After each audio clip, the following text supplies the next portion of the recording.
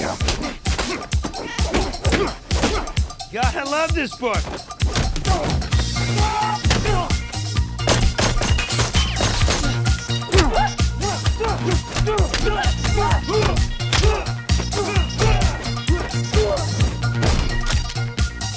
See, I was telling the truth. Who's the weirdo now? Not a real fan. Don't worry. I have it all under control. I got everything under control.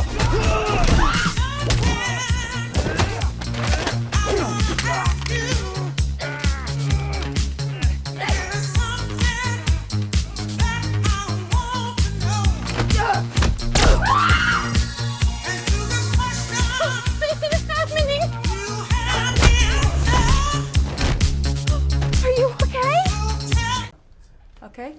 Gentlemen, congratulations on a very fun film. You both play spies, and we start with you, Henry. And how was it playing Argylle, and was it the type of role where hairstyling was of the utmost importance? The hairstyling was key, yes. It was one of Matthew's first introductions to the character for me. He sent me the script, obviously, and I read it, and I said I enjoy it very much. And he said, great. Now, we're going to have to move on to your look because this is quite particular and you're going to have to agree to this before we go any further. Yeah. And he said, trust me, but we're going to give you a flat top. And then he sent me a bunch of pictures and he said, look, it's all about creating an iconic silhouette. And Matthew's particularly good at that as a skill.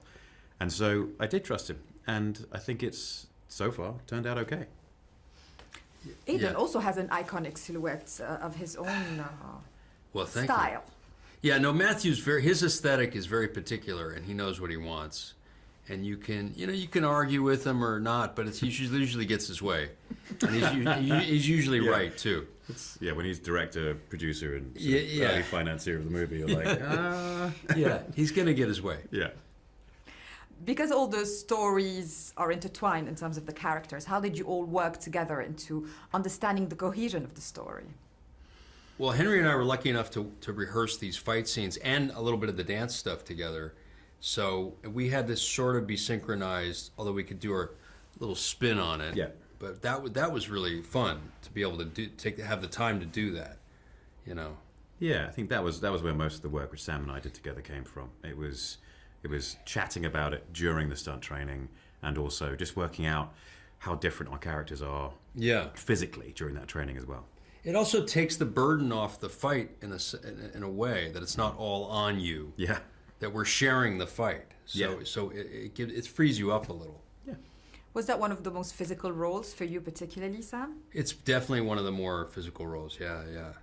The movie you came off was pretty physical, right? Yeah, the last one or the one? Well, I did Fosse Verdon. That was kind of intense. I played Bob Fosse. He was a great dance choreographer. You guys might know him here, and so I've done a couple of physical roles, different than what Henry's done. But as far as fight stuff, I've only done a couple of fight movies, not as much as Henry. Right. Yeah. How much physical training are we talking about for Argylle? For Argylle, again, the physical training really came through with the stunt choreography.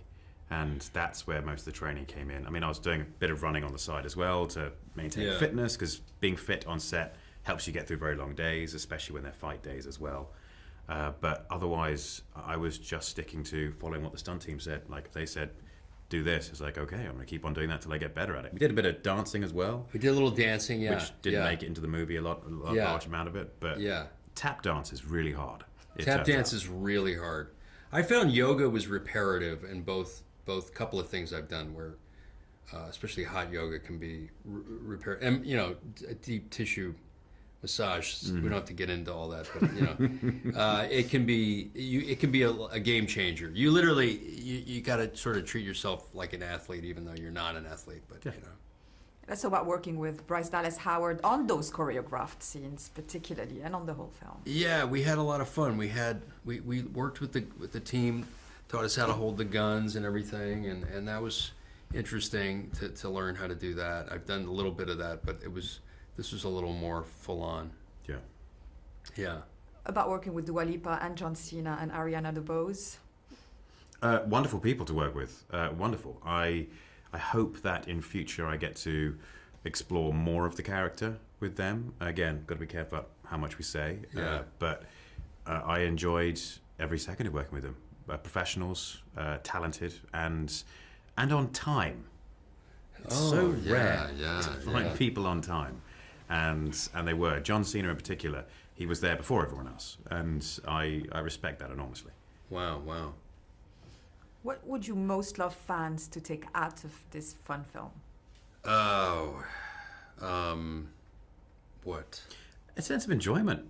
It doesn't take itself too seriously, and it's fun. But there's a message underlying it all, which is you've got to believe in yourself even when you don't, because you'll be surprised what you can achieve. That's true. It's a really positive message, and it's a fun roller coaster ride, and a romantic one at that. Let's talk about the creative mind of Matthew Vaughn. Yeah. Is it thrilling to be around, and how does it translate on a set? Well, he's definitely has a very particular thing. Mm-hmm. So you see it in his movies, Layer Cake, Kingsman. You see it in his films. It's very particular. It's very cheeky. There's a lot of humor, a little dangerous, you know. Yeah. It's a very fluid process as well. Yeah, it's not it is. sort of set in stone. You're not turning up that day going, it's exactly what we're doing today. The chances are things will have changed. Yeah. Like we did a bunch of dance stuff as well, which never made it into the movie, or it did make it into the movie, but never made it to the cut. And on the day, things were changing. And that, I quite enjoy that process because it does keep things fresh. And you know that Matthew's not just sticking to something which he thought of 6 months ago. He's being constantly creative and constantly shifting and adjusting depending on how the movie's coming together.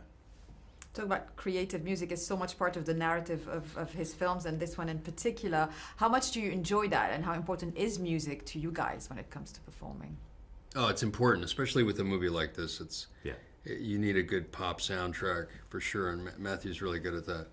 Yeah, no, that's very important. Charlie's Angels is a movie I was involved with, had an amazing pop soundtrack, you know. So that's vital for something like this, for a popcorn movie, you know. Yeah, I agree. I mean, for the audience in particular, I think it's informative of what they should be feeling, or at least what avenue they should be walking down. And so it's essential to have the right kind of soundtrack. Let's talk about the spy genre and the spy novels. Is it Yes. something that you love, and you know, how much did it influence the performances here? I haven't read the books, but I'm looking forward to reading them, especially the sequel. Mm-hmm. But yeah, I mean, I don't know. I never read the James Bond books or anything, but it's an interesting genre for sure. Yeah. I think things like the various spy franchises which we know, including Kingsman, they all inform this kind of character, especially for me, because he's very much an idealized version of a spy. And so it's about taking all those things and then just dialing them up to 11, adding a bit of Matthew Vaughn color to the whole thing.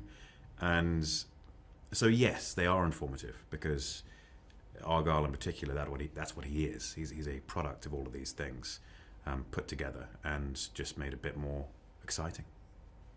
Thank you, gentlemen. Who told you that we were coming? Who?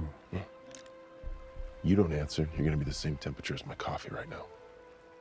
Which, thanks to you, is ice cold. Phone.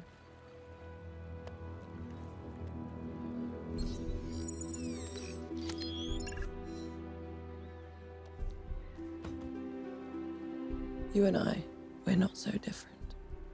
You're a terrorist. Then what, Agent Argylle? Does that make you? Had to bring the cat. What did you expect me to do? Leave him to fend for himself? Come on. Be fine. Cat ladies always die alone. The cats figure it out. I am not a cat lady. I'm not. And what's your problem with my cat? Exactly. He's really cute. He's cuddly. He's loyal. Please. He's kind. You suddenly drop dead. That cat's chewing your ears off within 48 hours max. Which, with you around, gets more likely by the minute.